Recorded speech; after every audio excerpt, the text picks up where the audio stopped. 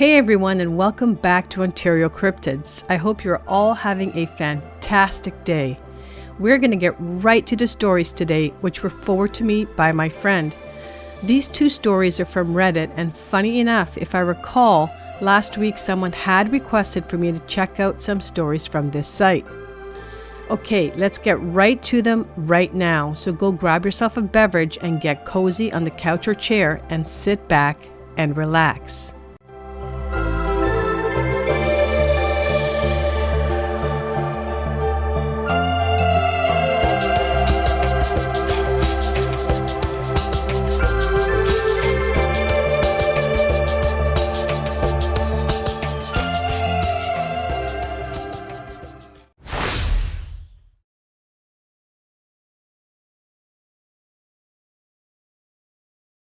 All right, let's get right to the story. So this one here, the date is unknown. It occurs on a private location in Georgia.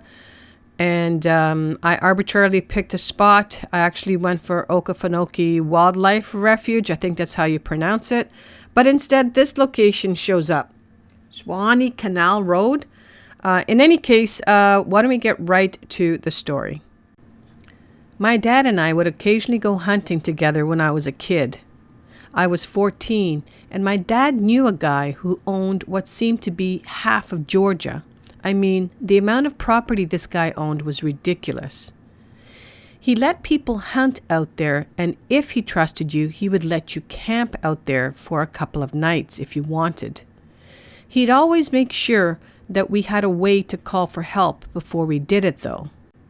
I loved camping out there more than I did just going hunting for a few hours then coming home. I liked the woodsman feel of living out in the woods. We woke up early one morning and hiked into the woods. It was still dark when we got there to our stand. We didn't see or hear anything, not even birds. I remember my dad commenting on it, and looking back, it should have been a sign. Frustrated, we packed up and look for a spot to camp, and we would set up again later that evening. My dad suggested that we go deeper in to better our chances of seeing something, so that's what we did. We hiked for a few hours, found a clearing, set up a small camp, and got settled and passed the time freaking ourselves out by talking about Bigfoot and other woodland creatures. We hike away from camp to set up a blind and wait. Again, nothing. We get back and our tent has been pulled up and laid flat. Not in a neat way, but it's kind of just laying there. We thought it was just the wind or something, and we didn't put it upright and it collapsed. We didn't think much of it. Since we didn't see or even hear anything all day, we decided to leave the following day and try again later that week. We settle in for the night, build a really small fire, and just relax. Again, not even birds are making a sound. I remember thinking how odd it was to be this deep into the woods and only hear one or two birds the whole trip. Oh well, maybe we are making too much noise and scared everything off. We go to sleep soon after settling in. It's pitch black, middle of the night, and I wake up for some reason, and I just try to go back to sleep. I'm in that half asleep, half awake phase when I hear laughter. I kind of jolt awake, but I don't hear it anymore, so I figure it was just a dream. I lay back down, and a few minutes later, I hear it again.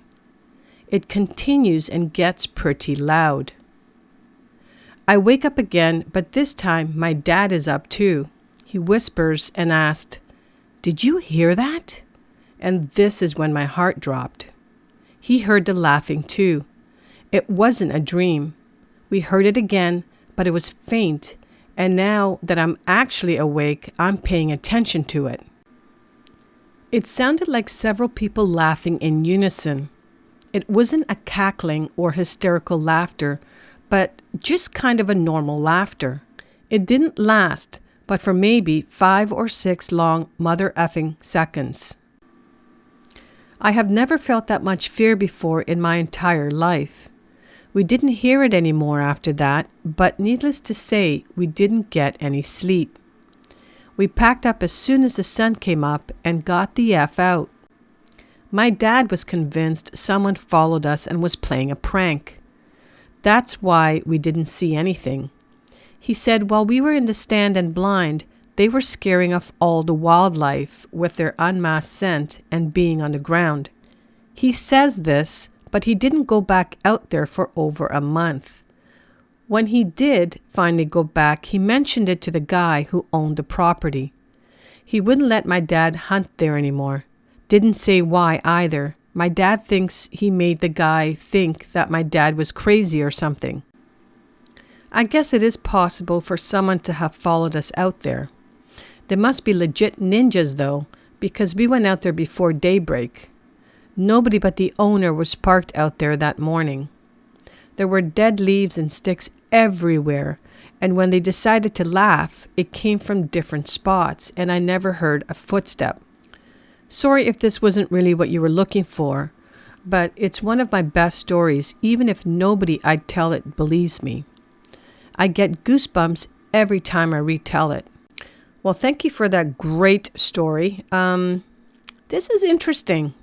One thing that struck me as odd, and I guess maybe you hunters out there can let me know if this sounds legit, but what I thought was kind of weird right off the bell was that the owner wanted to be sure that they had a way to call for help if they needed to. Why would you need to call for help if you go hunting?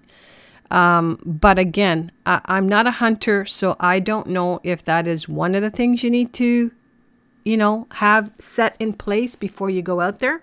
Let me know. I'd be interested. The other thing is the laughter. It almost sounds like it was a skinwalker or whatever it was. It was more of a trickster. Interesting story though. Now let's move over to story number 2.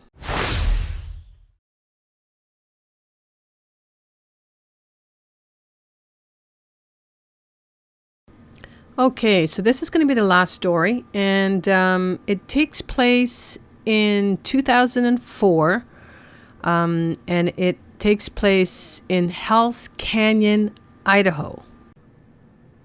I'm a wildland firefighter with the Forest Service. This is not my story. It's from an old supervisor of mine that I believe completely. The setting is 2004, Hell's Canyon area, the middle of Idaho.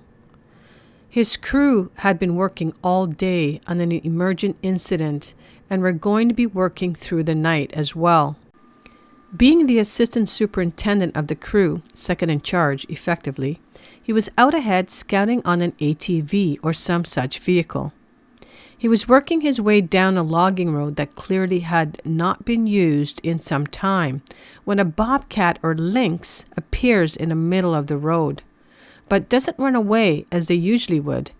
The thing just stands there for a good 10 seconds, screams at him, and scampers up a tree not 5 feet off the road. He finds this odd but not particularly unsettling. Just half a mile or so down the road, he finds a small cabin.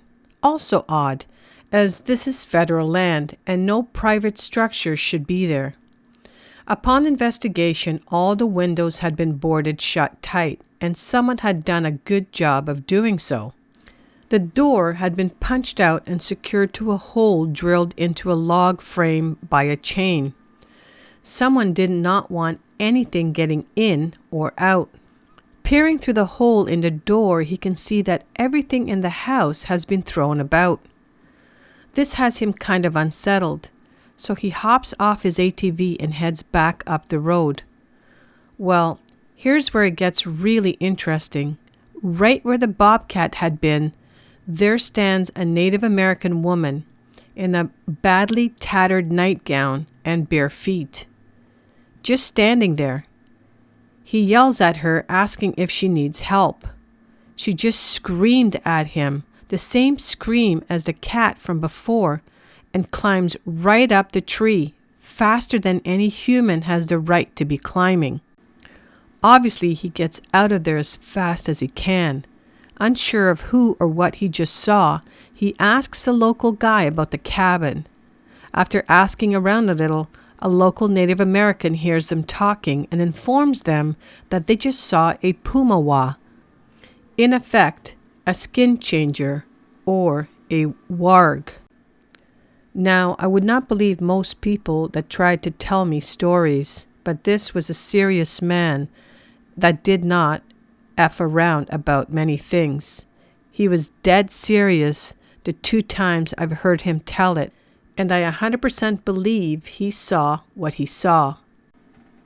Wow, another great story. It definitely does sound like this could have been some sort of a shapeshifter or skinwalker. I don't know. I am not an expert, but I wouldn't want to be encountering anything like that. So 2 great stories from Reddit. I hope you guys truly enjoyed them.